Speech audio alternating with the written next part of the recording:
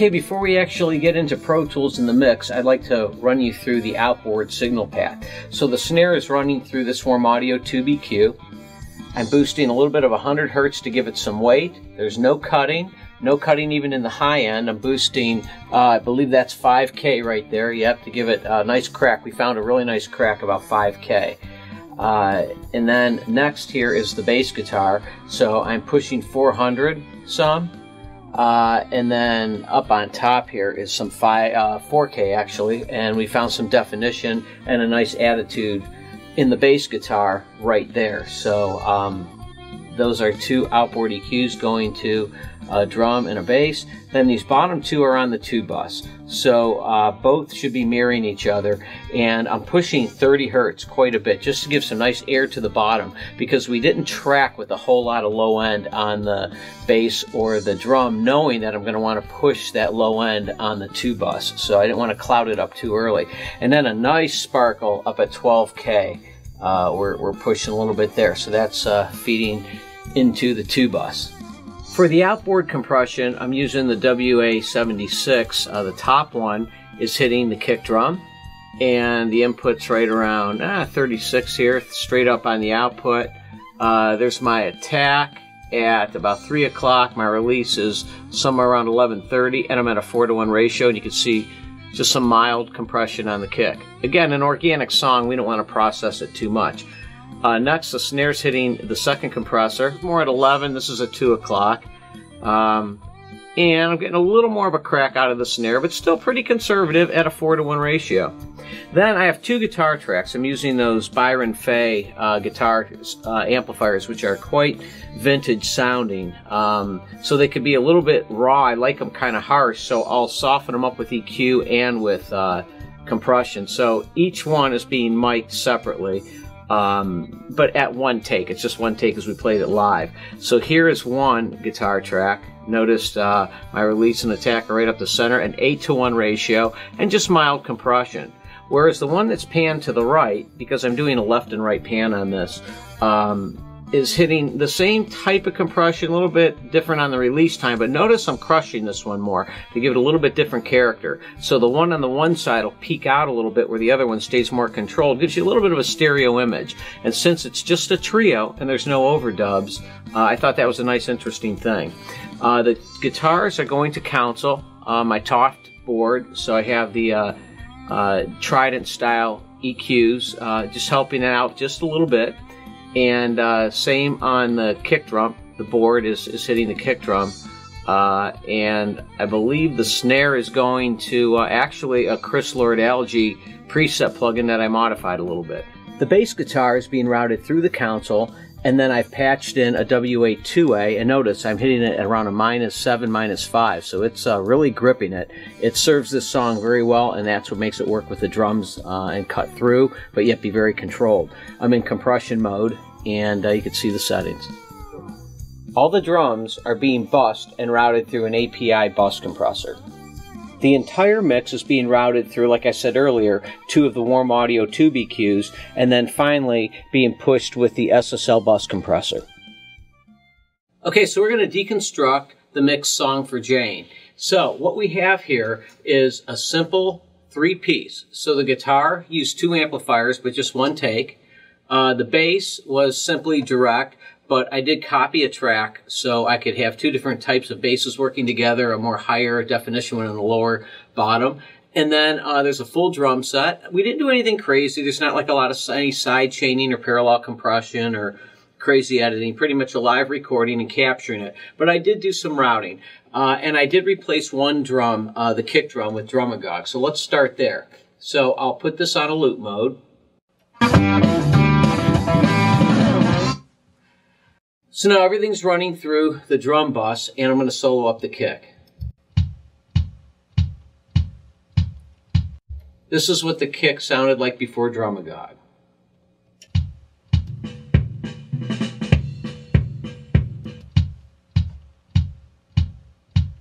So we like that pad for this style. Then it is hitting, like I said earlier, it's hitting the board, getting some EQ off the board, and then essentially the WA-76. And then we go to the snare that's also getting the 76, but routed in this signal path is also the Pultec style EQ.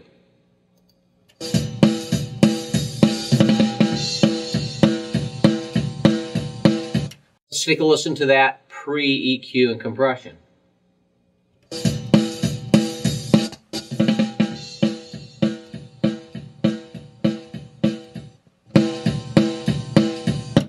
Now I did do a mic underneath the snare, and when you do that, two mics are facing each other. There's some math equations there, and basically it gets out of phase. So you have to flip the phase, and fortunately the WA-412 preamp has a phase inverter on that, so I could just reverse the phase right when I tracked it. So here's the under snare, picking up some of the snares to give it a little more of a crack, and I also have the compressor set, and I believe I'm just using compressor inside Pro Tools here. The compressor set with a particular release, quite long, but that fills up the gaps in between the beats. So here's that bottom snare.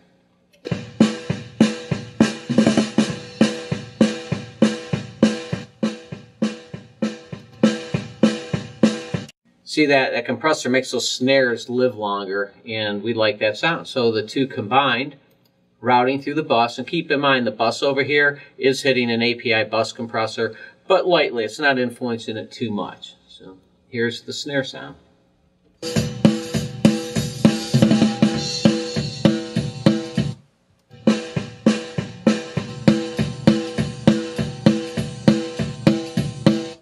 Okay, we lived off of the overheads and the room mics. The overheads were WA-77s, and they did most of the heavy lifting on this mix. I'm panning them left and right, and they were quite separated, about 51 or 52 inches from the center of the snare, equal to the size. So you have a big stereo image. Those are being routed to their own aux, which I'm putting a Chris Lord Algae plugin on. I modified it a little bit, but this really added some nice its own compression, and just worked. I just tried it really quick.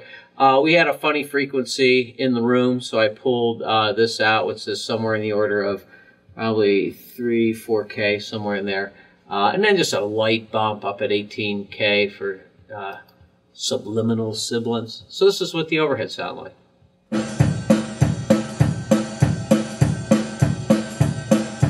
This is what they sounded like in the room pre the processing. So I'll take the plugins off.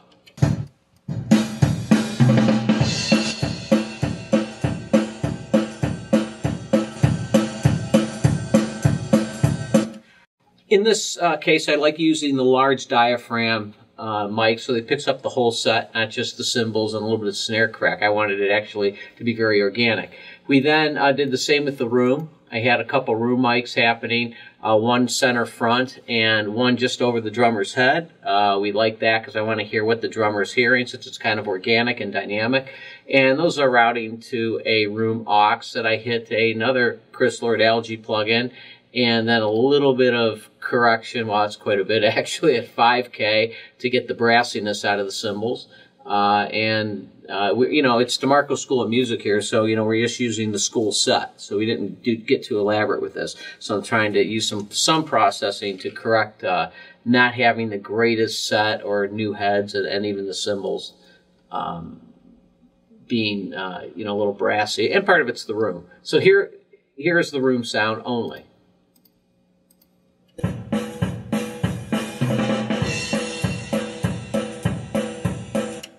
Here's the center in the middle of the room.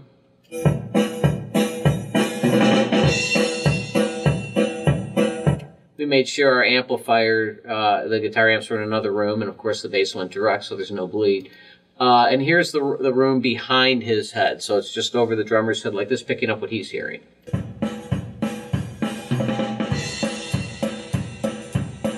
Both together.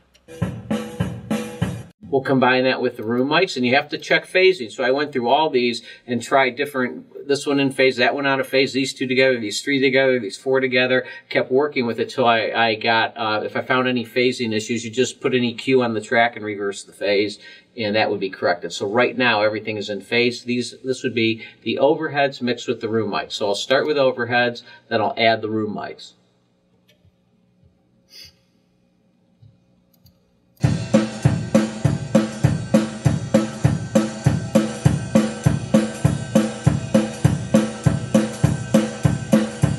Now, again, that's doing the heavy lifting.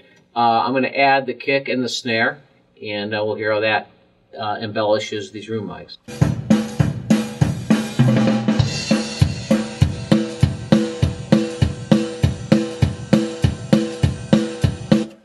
Now the toms, we didn't spend much time on it. I just wanted, I was many guys that day. I had to learn and read the chart and learn the bass line. We had to EQ everything. I had to be sound man, session player, and then videographer, dealing with the lighting and all the cameras. So I didn't worry about a lot. I thought this would be a good testimony for like a home style recording situation where maybe you don't have the greatest drums, the greatest mics, the best room, and I'm manipulating it that way. So we work quickly, and I'm doing what we never want to do, fix it in the mix. But with all this great gear, it's really hard to go wrong with great mics like the WA-77s, these wonderful 412 pre's, and a little compression down to disc, and then a little more at the mix. So here are the toms. I'll try to find a place where there is a tom hit right here, and we could just quickly listen to the toms. Here we go. I have both toms running to a tom aux. And I'm going listener's perspective, not drummer's perspective. Drummer's perspective would be if I were sitting behind the drums, the one tom would be here, the floor tom here. I'm doing it as if the audience is looking at you, so the floor tom's on the left and the aerial tom's on the right.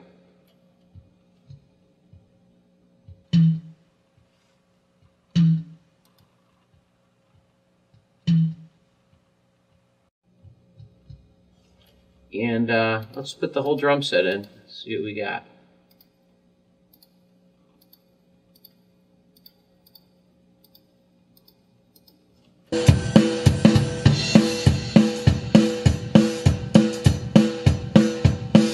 Okay, now we'll add the bass. Let's hear what that sounds like. I have one bass track, I copied it, did some different EQing with it, and they're both being sent to this bus, the bass bus, which has, it routes through the console, a little bit of EQ from the Trident style EQs, and then a W2A, like I mentioned earlier, is hitting it at a -5, -7 type compression. So this is the bass added in there. And as you're listening, I'll audition the two bass tracks separately.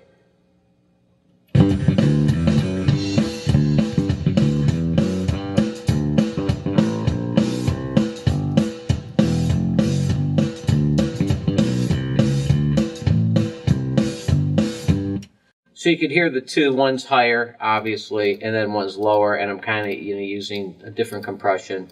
For each of them, I'll compress the low a little different than I compress the high. Again, I don't want to hear a lot of compression on this. I want it to breathe, but I do want it controlled, and I want it modern in the sense of getting artifacts out of there, having proper compression, and modern in the mix accuracy, but the overall playing and letting room sounds be in there, we're digging that. So here's the bass soloed up.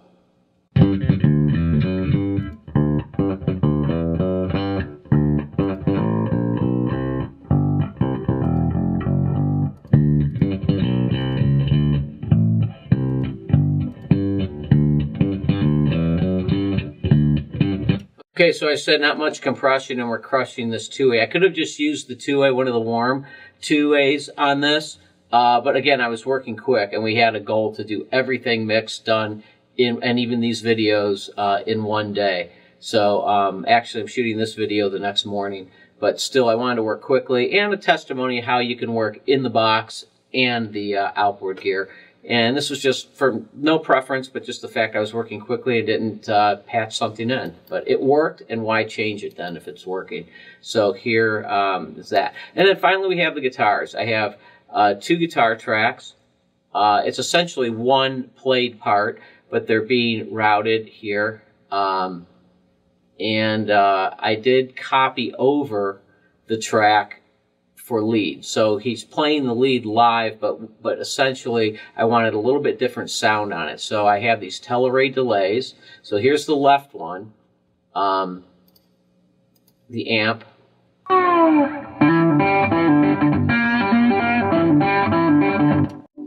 And here's the right one.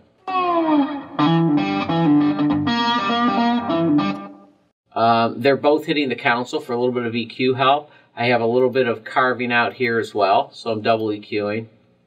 getting some unwanted frequencies out of there, and mixing it with the analog board EQ, and then hitting the WA-76s. So here are both. See, I put the 76s over here on the bus, so everything routes through those.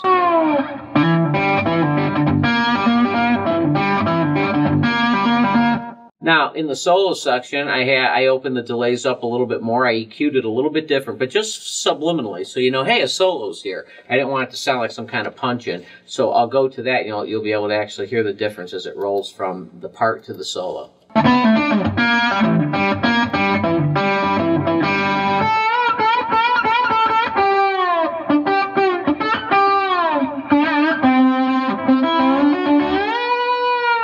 And up here I have the Pultec style EQs inserted. Just put an L2 on it for purposes of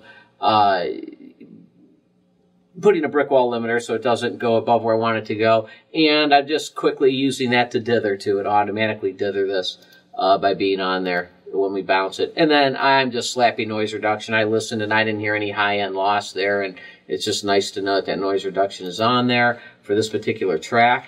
And let's build it up from nothing, and I'll go from left to right, and we'll add everything. And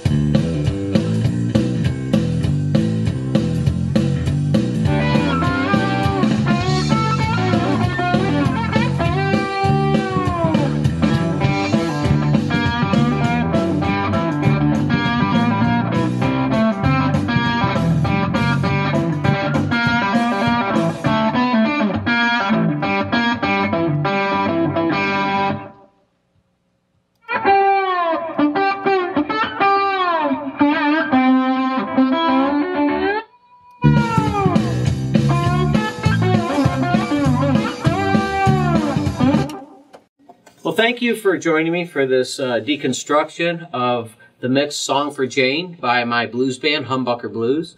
And tune in to more warm audio videos in the future. Look for us at DeMarco School of Music to keep putting out different styles, different flavors, and all kinds of different performance, educational videos. And we love warm audio.